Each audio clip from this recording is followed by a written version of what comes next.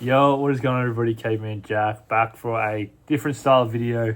I just thought I'd do a bit of an update video. I don't really think I do these often on the channel. Probably don't do them often enough.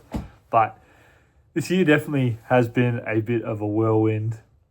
Probably not how I planned it in terms of releases on the channel, stuff like that. Life has its ways of taking over and things happening and various priorities coming to your life and trying to shift and adapt them all has been quite the journey.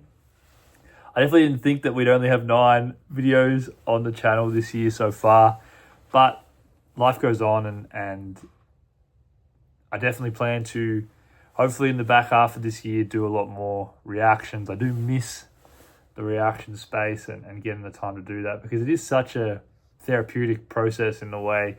I feel like a lot of you could probably relate to that and listening to new music and checking out new stuff. It's exciting, it pushes the boundaries, especially when you're listening to music that you don't often listen to, which is a huge part of the channel's core identity for me. It's something really important. I thought I'd do a little video here just to talk about some of the music I have been checking out. I haven't gone full cold turkey and stopped listening to music altogether. I have definitely been checking out new stuff and a couple of stuff I do wish I had checked out for the channel, but alas, one of my first music loves was the genre of hip hop, and I found this year I've really been leaning in back into that genre. You know, when I started the channel, definitely always had that love for hip hop, but I've definitely diversified my sounds a fair bit through some incredible bands and artists along the journey. But this year it's been really nice to dive into some of the new music that's come out from the hip-hop genre. So I thought I'd run through some of those records that I've really loved. I think my favourite hip-hop record of the year so far is probably It's Been Awful by Isaiah Rashad. Now, Isaiah Rashad is a great artist. I think this is his 3rd record. Don't quote me on that. But this has probably been the first one since The Sun's Tryout. I believe that was the debut. That I've really it's just so easy to put on. I can't tell you how often I've listened to that first half of It's Been Awful. I think his flow is amazing on that record. I think it feels really distinct to his sound. He's created a pocket of sound on this record, and he sounds really confident and very vulnerable as well in some of his raps, and really enjoy the record. I think the features are really selected really well. They don't add too much differentiation to the soundscapes that Isaiah's trying to put forward on the record. So It's Been Awful has been on the rotation a lot. Going to some more hip-hop, probably pretty late to the party, but Octane by Don Toliver. Don Toliver is continuing to grow. He's getting bigger and bigger. And I'm seeing some of those concert videos from the Octane tour, and it looks mental. It looks genuinely unreal. Now, in what I thought was a bit of a strange collaboration, Post Malone and Don Toliver are bringing a tour to Australia. Now, Posty's very much in his country bag right now. It'll be very interesting to see how those two worlds collide. It's a big stadium show. So, you know, some of the biggest venues in Australia, Don and Posty are playing at. So I'm pretty keen to try snag a ticket close to the date and see 2 artists for the first time. Posty's been here a couple of times. I still haven't seen him, so this will be pretty incredible to see him there. But Octane, been pretty late to the party. I find it really easy to listen to. Probably the first couple of times I was like trying to fall into the sound a bit more. But over time, I feel like each song has created its own pocket for me. And I think repeated listens has really helped with Octane. So I really enjoyed that. Freddie Gibbs. Freddie Gibbs is an artist that I have dived in and out of. You Only Die Once is... I've been listening to the Deluxe, so that's been really great. I've loved the Deluxe tracks, and the original album has also kind of obviously plays straight after the Deluxe tracks.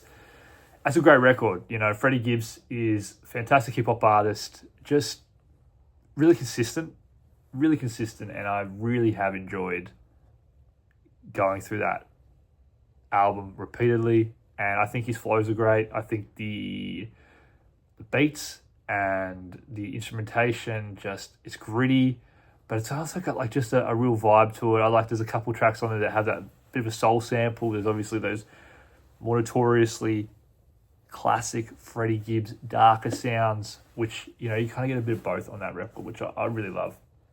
And finally, the last kind of hip-hop artist I'll probably go into is Dave. I mean, Dave, he released The Boy Who Played the Harp last year. I'm a huge fan of Dave. I've really loved Dave ever since really he kind of get onto the scene. His 3 records or full-length records are incredible. I've really loved his storytelling. The Boy Who Played Harp is no different. It's incredibly vulnerable. You get those classic Dave tracks where you're going to learn a lot. You're going to hear some perspectives. You're going to hear some really insightful raps. And then you also get some bangers as well. So Rain Dance is obviously the big one. That's huge. Everyone's playing that. Him and Thames, incredible on that track. Saw him recently in Australia and put on a fantastic show. This guy was playing the piano. He was playing guitar. He had a full band. That's something that's not super common for hip-hop shows. Can't say I've seen many hip-hop shows that have had a full band like that. So for me, it was a really special moment. So hip-hop this year has been big. It's been really fantastic for me. Now, a little bit more of the alternative stuff. Last year, I checked out the incredible album, The Crux by Joe. I think that is probably in my top 3 albums of the year. Love Joe. He's been doing some incredible stuff. He's currently touring the US with Tame Impala, which is fantastic for him. And I think, I'm kind of spewing that when Tame Impala comes to Australia that Joe is not on the lineup. I really wish that Joe was coming as well. That would be phenomenal. Now, he released the Crux Deluxe last year as well. I didn't check it out on the channel, but gee, just another absolute suite of bangers. I love the whole thing. It's another full-length album, really, of songs that feel like they definitely could have been on the Crux. Fantastic record. So I've listened to a fair bit of that, and it's been really enjoyable. Man, I listened to the Swag 1, Swag 2 when they first came out, maybe once or twice. Didn't really hit me. After that Coachella show, man, I was all over it. I can't lie. I was all over that. I have listened to both the Swags a fair bit now. Really easy listen. I feel like Justin Bieber feels really comfortable in those soundscapes. And they're just records that I feel like you can put on. And over time, they really kind of, they drill themselves into you. And they become incredibly catchy and fun. And so, the Swags. Shout out to JB. Danny Caesar. I checked out Danny Caesar at the back end of last year. Son of Spurgy. Great record. Daniel Caesar is always he always hits for me. That album I've played so much. It really does grow with every single listen. It's such a vulnerable piece of music. And I love the album. I love Danny Caesar. I'm hoping that he comes back to Australia soon. If you haven't listened to Danny Caesar, check him out. I definitely think Son of Spurgy is a nice way to kind of dive into his sound for the first time. Wow, okay, what do we got? Muse. Muse released a new record very recently, The Wow Signal. Now, I haven't listened to Will of the People. I haven't listened to the one before that, Simulation Theory, is that it? And there's a couple records prior that I haven't listened to. Origin of Symmetry is one that has been heavily requested for so long. Only full-length records I've listened to from Muse are Absolution and Black Holes and Revelations. Both fantastic records. The Wow Signal has been so much fun. I've loved diving into this sound. 2026 Muse are just kind of got that sound. There's a lot of synths in this. Feels a little bit more synth heavy. There's a couple of synth pop style tracks, but then you got those bangers. There's some really tough songs on that record that, I was driving the other day and for the most part I've been listening through the phone. Not a great way to check it out. I understand through the phone speakers as I work, but listening to it properly in the car, some of those tracks, they go incredibly hard and they are a lot of fun. So if you're a Muse fan, or if you haven't checked out Muse in a while, if you're a casual Muse fan, definitely check out this record. I guarantee all the diehard Muse fans are all over it. But if you're a casual Muse fan, check this record out. See if it hits you. For me, it definitely has. Gang of Youths, as probably an artist I haven't talked too much about on the channel, an Aussie band that just incredible music. If you haven't checked out Gang of Youth's 3 records, they're beautiful. And it looks like they're back. They're kind of announcing some shows they are back. A really, really cool moment for Aussie music. You know, Go Farther in Lightness is, I think, one of my favourite Australian albums of all time. That is such a beautiful piece. And I definitely think that Angels in Real Time is another great record, great follow-up. And we're in a new era, so we might see later this year some announcements, which is exciting. So I'm keen for that. So I've been diving back into some of their older work as I get ready for that. The final one I'll probably touch on is I did listen to Kiss All the Time, Disco Occasionally by Harry Styles.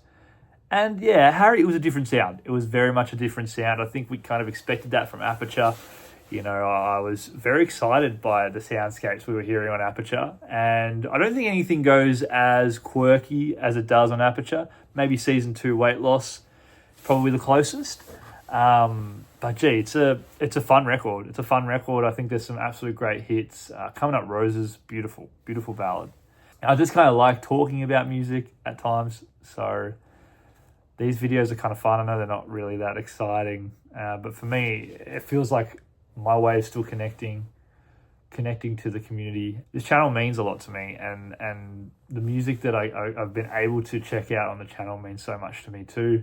So many different genres. You know, we've had a really great time, and I think as the years go by and life happens and various amounts of videos can come out, you know, and I have to drop the ego at times and understand the capacity that I have to, you know, get the videos out in the cadence that I wish to. You know, I'm incredibly proud of the community and the videos on the channel. Hopefully we can get to some reactions soon on the channel. That would be ideal. But in the meantime, I hope you guys are all doing amazing. I hope you're listening to incredible music. If you have checked out new music and you have the time and the desire to, please let us know in the comments what you're checking out. What are you listening to? I'd love to hear more from you guys. And yeah, I just hope you're all having a incredible year so far. You know, with the many ups and downs that life throws at us, I really hope that we're all staying afloat as well as we can. And just keep using music as a medium to work through certain things that we can, obviously within reason. And yeah, I mean, it's a blessed thing. It's a blessed thing that we have music and we have that access to music to help us get through so many things. My name is CavemanJack. Take care, everybody, and I will see y'all in the next video. Cheers. I've been this way. I want to change.